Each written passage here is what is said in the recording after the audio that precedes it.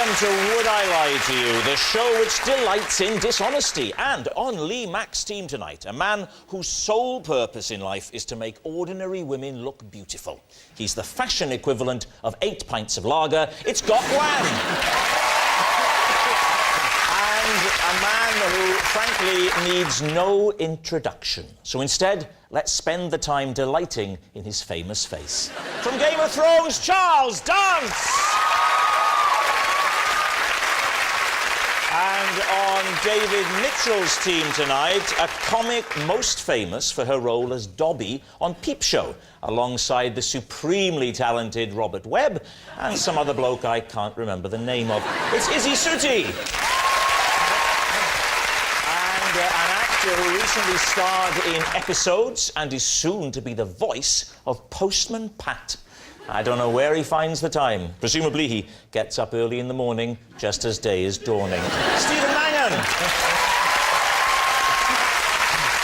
And so to round one, Home Truths, where our panellists each read out a statement from the card in front of them. To make things harder, they've never seen the card before, so they've no idea what they'll be faced with. And it's up to the opposing team to sort the fact from the fiction. Stephen is first up. Off you go. Whenever I eat beans on toast, I always imagine I'm a rescue helicopter, and with every forkful, I'm airlifting tiny bald men on a raft to safety. What do you think? How long have you done this for? Since I was about 8. Right. Any reason you do this apart from just keeping yourself amused? It's or... that my Auntie Bridget, who used to live with us. Yes. Is this going to be a tragic story? She's bald, she was on a raft, she never survived, and it's our way of remembering her. She was on a raft with 400 bald men who needed Trust rescuing. me, we all know your auntie. Yeah. You say raft, you mean mattress. Yeah. Oh, I hope she's not watching. She's busy, don't worry. She used to live with us. My Auntie Bridget used to live in our house, and she would often have to look after us if our parents were out. You know, I wasn't a good eater. I was a very skinny kid. And she used to try all sorts of stuff, and this is one technique she had. She used to do all sorts of other things as well. Like what? What else would she do? Spaghetti was, you were trying to, you know, you were throwing like a line, a rope down to rescue people at the bottom of a pit. Fish fingers were coaches. Fish fingers were what? There were coaches on the motorway. Here comes the coach, chop it in half. She's quite funny, my Auntie Bridget. She's quite odd. Do you think the bald men in question that were going to die on the raft felt glad that they'd ended in a more comfortable position of going down your throat into your stomach? Well, did you feel that was a safer place for them? Well, that was the helicopter they were coming into. Oh, your mouth was the helicopter? Yeah, my mouth is the helicopter. That's a raft going down. That's the raft. The raft is they're sitting on the fork, which is a raft. No, the raft is the toast, surely. The toast is the raft. No, because... Yeah. What's the toast? No, the toast is the boat they were in on the ocean. It's now covered in... Why would they be on a raft? If they're on a raft, they're already rescued. They're already OK. But helicopters don't lower down rafts. Oh, thanks. Well, you've just ruined an entire lifetime story for me. Another man comes attached to the rope and he picks up each individual bald man on the raft. I've seen it. Every time I've seen loads of bald men dying at sea and a man comes out of a helicopter and individually picks them up. So if you'd have done your backstory and you were a proper actor, you would know that you're supposed to be taking one beat. That's what Charles Dance would have done. Yeah, He'd have taken... Because he does his research! Yeah, but... And that's why he's not going to be the voice of Postman Pat!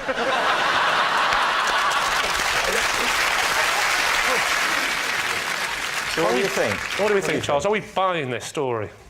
Reluctantly, I think I am buying Really? this story. You think it might be true? I do actually think it sounds quite realistic. I think that in a child's brain you might make up all of these scenarios. I don't think he was eating the beans. I mean, look at his hair. He was only eating the crust of that toast. We think it's true, don't You we? think it's true? Yeah. Charles says it's true. Yeah. I'll go on and we'll say it's true. You're saying it's true. Stephen Mangan, truth or lie? It is, in fact, a lie.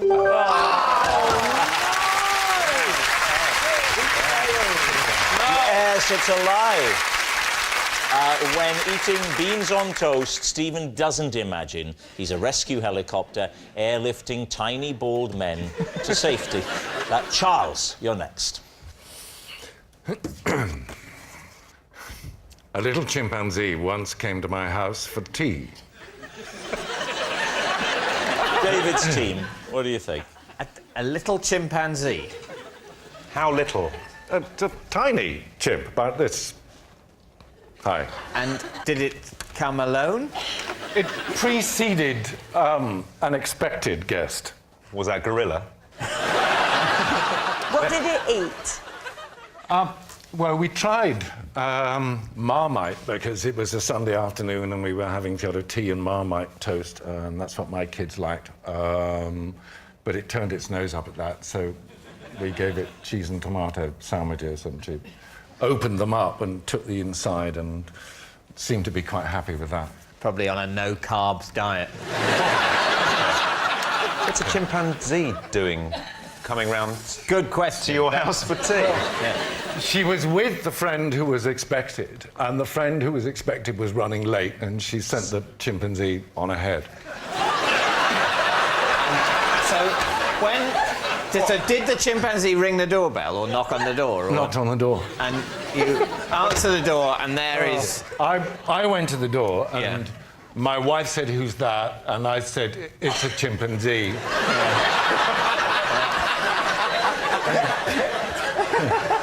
She said, "What does it want?"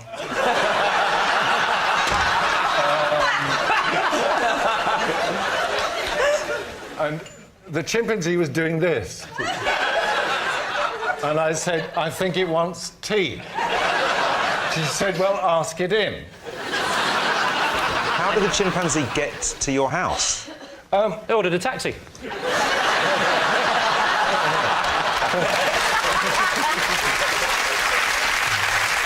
I don't know, I'm not a courageous man. If I was answering the door and I saw a chimpanzee, I wouldn't invite it in for tea. I'd be afraid. I'm not keen on wasps. Really? And they're much, much smaller than chimpanzees. Who was the friend? Was it Michael Jackson? I mean, who were you receiving? It was a lady that I had worked with quite some time before this afternoon. Why did she have a monkey? Because she had very few friends.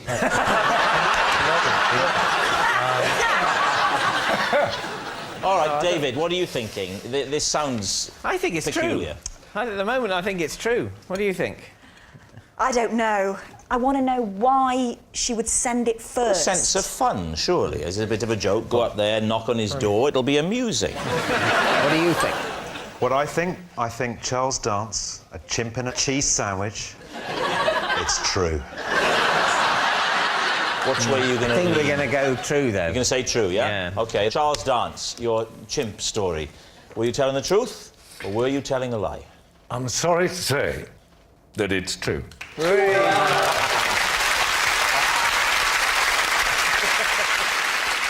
Yes, it's true. A little chimpanzee once went to Charles's house for tea. Gok, you're next. Right, OK. Every Sunday, I spend 4 hours planning the 20 outfits I'll wear the coming week. David's tea. Do you lay them out, or do you just picture them? I rack them. So in my bedroom, I've had some special bars put up. Oh, yeah, and I remember those. Yeah. He has, I can vouch for this. So I have one which is about 5'8", okay, and then I have another one which is about 4 foot high. Okay, so when you put a pair of trousers on or a jacket or a top, it then looks like you. I occasionally, if I'm very busy, I photograph them. And then I keep remember them that with bit me. too. Yeah. And explain why you need 20 out. Because I'm thinking, even if you... I mean, I'm a tremendous slovenly slut. It feels like you're phoning Babe Station and someone else has picked up. Sorry, can I speak to Sheila, the regular one? I often wear the same outfit in the afternoon as in the morning. I could be filming a series, and then I might be filming 3 different shows in one day, so I'll need 3 different outfits to represent 3 different episodes. I might be going out for lunch, and then I'll be doing something in the afternoon, so I'll get changed from a lunch outfit, because I don't want to be too dressed up to walk the dog. And it's also done by a weather report as well. What? The Met Office are fools. They get things wrong. Do you go through with your galoshes in bright sunshine on a Friday evening? You're presenting yourself as someone who plans things very carefully, thinks things through very carefully, but your very act of planning is in itself badly thought through. Because on a Monday, you only planned it the day before, you've got a good sense of what the weather's going to be like, your plans for the day are probably better formed, so on Mondays, that's absolutely fine. I know what I need in the morning, the afternoon, and, you know, for outfits 3 and 4. But come Friday, the weather's all to cock, the dog has died, you've dropped 2 scenes you're supposed to film on the Wednesday, you've got to fit them in on the Friday. But I've taken photographs, so even if I've planned a Thursday PM outfit and I decide I don't want to wear it, I just flick through my phone and I might want to choose a Saturday PM outfit. And I'll go back to it. How long do you spend on a Sunday getting your outfits ready for the week? What I do is I look at the 7 or 8, or maybe sometimes 9 dirty underpants in the bag. I work out exactly, I spread them out on the bed. I look and I think, which can take a fourth trip? David, I'm curious to put the same question to you. Sunday night comes around, you've had a smashing day, Country File is finished, and now you're thinking, I've got to plan ahead. How much time and thought goes into it for you? Well, I always wear basically the same thing every day, so none. You're like Batman in that respect, aren't you? Yes, I see myself as a superhero, and I have basically one outfit. Which, you know... And What's your superpower? The ability to decide what to wear very quickly. What are you thinking, David? I think it sounds very plausible. It does sound plausible, but is it too plausible? I think it's true. David's team thinks it's true. Gok, were you telling the truth, or were you telling a lie? Are you trying to work out what to wear before you... I was telling the truth.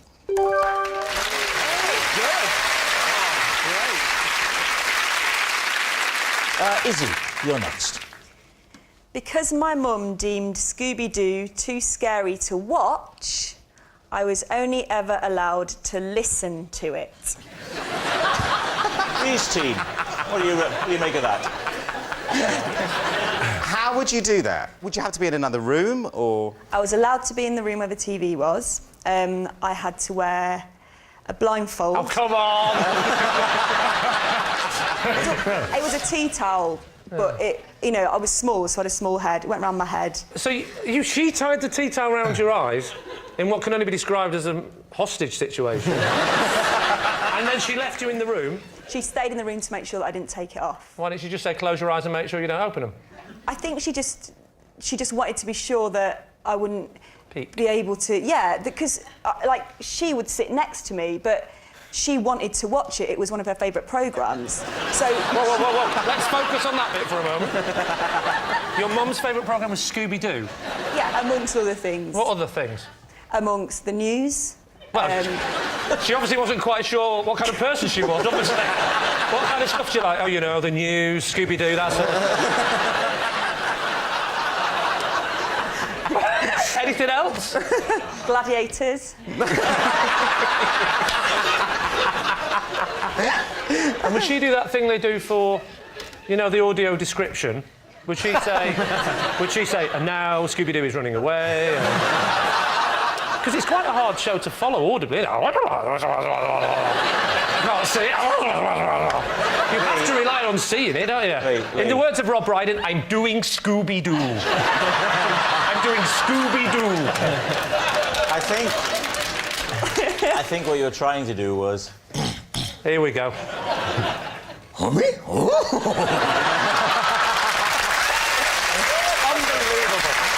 Unbelievable. 7 series in and he can't let me have one moment, can he? OK, so you're blindfold in the living room. And how old are you? it stopped when I was about 16 and just... 16? So at 16, your mum would tie a tea towel around your head when Scooby-Doo was on? Yeah, but by then we just liked the ritual of it. It was just... Oh, it was a ritual now. Were you ever tempted to phone Childline? Oh, you couldn't find the phone, could you? Now, what about Scrappy-Doo? If Scooby-Doo was a bit heavy and some of the issues were a little bit, you know, difficult to deal with, Scrappy-Doo was a lot more accessible, wasn't it? How did she feel about that? Is that a kind of spin-off? Is that a kind of spin-off? It's Scrappy-Doo. It is. Look what you've done to my voice. It's Scrappy-Doo. It's the little version of. There's no point saying little. She couldn't see it. Well, it was a smaller dog with a. Yeah, but if you can't see it, that could be a Great Dane on helium. She doesn't know the size of the thing, does she? In fact, it was a Great Dane, wasn't it? Scooby-Doo. I don't know, I never saw don't think Scooby-Doo. it was the Marmaduke is She a never great saw Dane. Scooby-Doo. Are you my dad, Charles? Charles, Did you ask me if I was your father? Yeah. Who's your mother?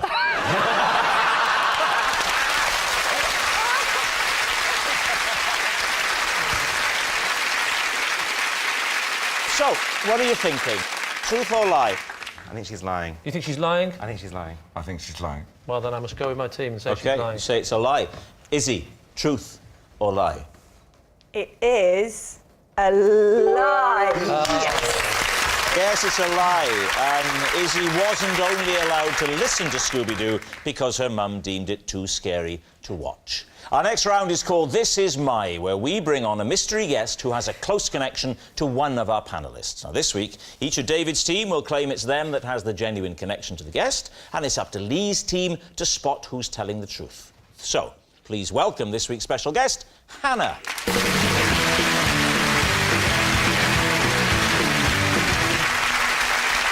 So, Stephen, first of all, please, what is Hannah to you? Yes, this is Hannah. We used to bamboozle our miserable neighbour by adding an item of clothing to his washing line after he'd pegged his laundry out. Izzy, how do you know Hannah? This is Hannah. In order to impress a boy, we once competed to see who could eat the most ants. And finally, David, your relationship with Hannah. This is Hannah. Last year she bought a pub and named it the Mitchell and Glove. And I gave her my blessing to use my face on the pub sign. Lee's team, where to begin? Why is it the Mitchell and... What does the glove come into this? I think it was originally called the Boxers. As in the dog or the fighters? As in the gloved fighters. Well, it's an obvious progression, isn't it? Yeah. Boxing, David Mitchell. I think she was very keen to change the image of the pub. And do you know why Hannah chose you? I think she, if you can believe it, she's a fan of my work. Right, OK, so she's a fan. It's a lie. Move on. Have you been to the Mitchell and Glove? No. Where is this pub, David? Which part of the country? It's in Swansea. What? Swansea?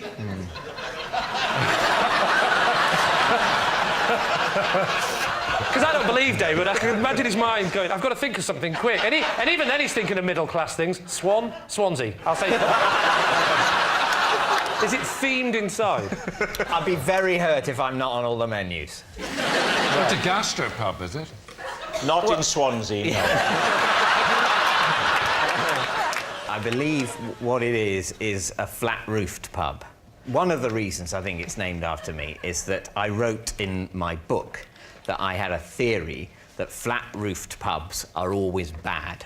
So basically, you'll never get nice food in a flat-roofed pub. You might get eaten by a dog. And Hannah said, this is going to be a nice flat-roofed pub that does nice food. All right. By which I don't mean a carvery. You don't like carveries? No. What about Stephen Mangan's... What was yours again, Steve? We used to befuddle, well, annoy our miserable neighbour by putting items of clothing on his washing line after he'd pegged his laundry out. Yeah. And where was this? Crouch End. And when was it? Oh, 15 years ago, probably. And what's your relationship with Hannah? Yeah. Hannah is my mate James's younger sister. But was she living with you? She was, there's 3 of us in the house, yeah. What kind of thing did you used to put on there? I mean, just shirts? Or... Well, it started one day. He came round and complained, and then we were sitting up in her bedroom, looking out the window, and he put his washing out, and I said, I'm going to go and put a sock on his washing line. He liked everything to be very precise, and what he'd do is he'd come in, and when he'd take the washing off, we'd watch him every day, he'd fold it, he'd put all the socks together and put them in the washing, you know, rather than just chucking it all in and then doing Sorry, it in the house. person next to you is thinking, what's wrong with that? So we put a blue sock on, went up, and then he came out, and he put all his washing away hours later, and he was like...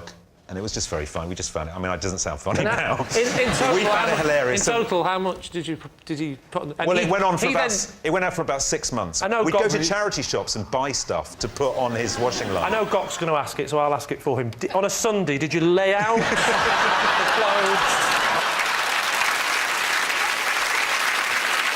clothes? Izzy, you're saying then with Hannah, you both went out together, pulling, and to attract some guys, you ate ants. We weren't out, we were at school. How old were you?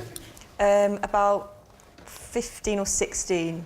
Right. Would you mind standing next to Hannah just so I can work out the visual to see whether you look like you should be at school together? Yeah. Taking my shoes off. I think you're mixing up age and height. They're completely different things. Trust me, I'm a stylist. Oh, here we go. Before you know it, they'll be naked. OK, similar age. It could work. So you were at school? Yeah. Right, and what, there's a boy there that you like? Yeah, and he was called Paul Brooks. Paul Brooks, OK, and you thought the best way to impress Paul is to eat some ants. It was during a school production, so we were dressed... we were in Greece. Grease the musical. Oh, right. I thought you said we were in Greece, and you know the economy's like this. It's all we can eat. The ants. How many did you eat in total? I ate about 24. No way. 24? Yeah. How many did Hannah eat? About 23. Ah, loser. And that's why you got Paul Brooks. And did you get Paul Brooks? No, he just stood there the whole time, and then I thought felt she's sick. stupid and walked off. He just sat there chewing on his cockroach going, this is so nice. And what made you stop at 24 then? I mean, surely you could tell by his eyes after 2 or 3 that this wasn't working. We just carried on, and then the interval was over, and we had to go and do the second half of Greece. This was during the show? Yeah. During the show? You Tell me more, tell me more.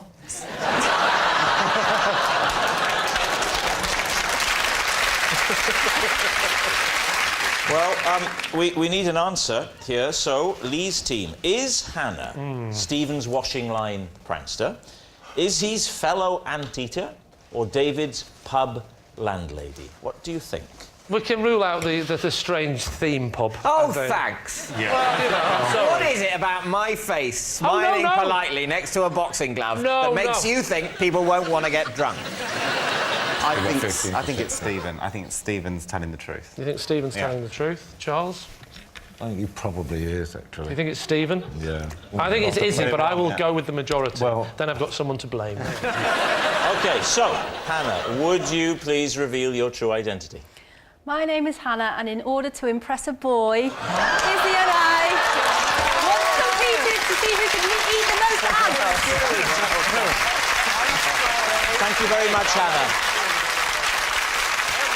Which brings us to our final round, Quickfire Lies, in which our panellists lie not only through their teeth, but also against the clock. We will start with... It's Lee. When I was 7, I had to be a bridesmaid at my auntie's wedding.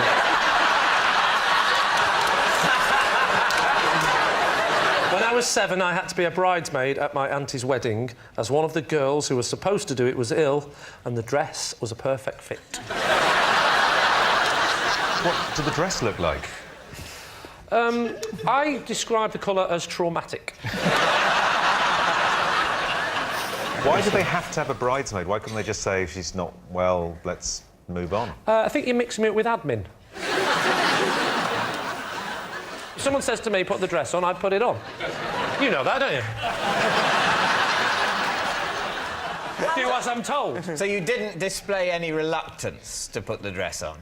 I may have said, you know, Mother, father, I am a 7-year-old boy, despite the fact that I am 2 years younger looking and slightly androgynous. But please, give me some dignity. How much And my notice- father turned around to me, he said, son, when I was your age, he had a pipe, when I was your age, my father asked me to put a dress on, and I put it on, and his father before him, and his father before him. You'll put me dress on, and you'll smile. Was there a page boy as well as bridesmaids at this wedding? I was a page boy once, and if another boy had dressed up as a girl, I would have felt it was fair game to persecute him. Well, true, but luckily the page boy came up to me, little Sharon, and he said, he said, tell me about it. You know, you think you've had a rough day. You know what I mean? I'm a 24-year-old. How much notice did you get? Pardon? How much notice did you get? Quite a few people. I think, you know, from memory, quite a few people were. No, You idiot! How much warning? How far in advance?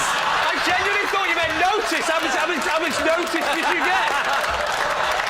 That was a genuine one. Yeah. Oh, how much notice did I get? Oh, everyone thought I was adorable. I've got to admit, Everyone was looking. I was nervous at first, but then I felt like a princess.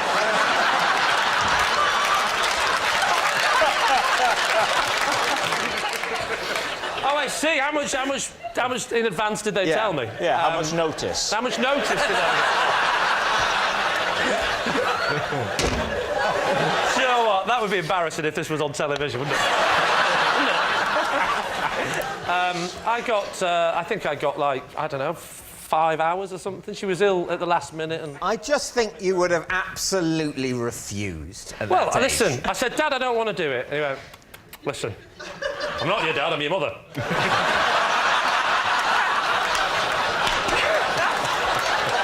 and I'm sick of you constantly calling me Dad. The other one, that's your dad. How long did you have to keep the dress on? At what point in the proceedings? I mean, did you have to wear it right through to the disco and, you know... Or My dad said you'll keep it on till the music starts. Da, da, da, da, da, da.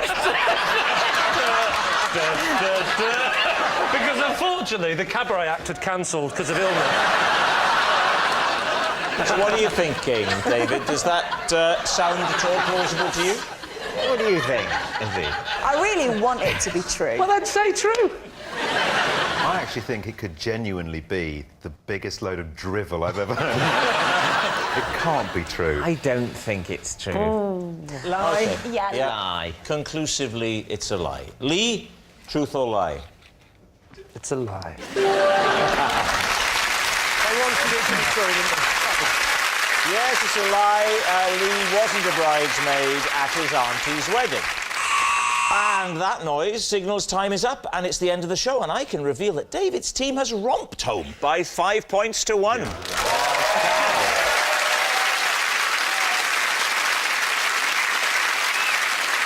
But it's not just a team game.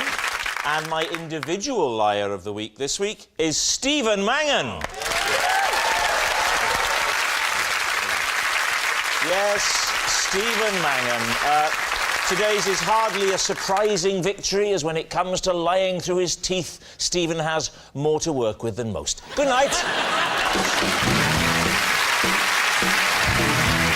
Don't go anywhere. Have I Got News for You is next, and Joe Brand is in the hosting seat. Then Lee Mack's back and thankfully not in a bridesmaid's dress. Jealousy tactics in Not Going Out at 9:30.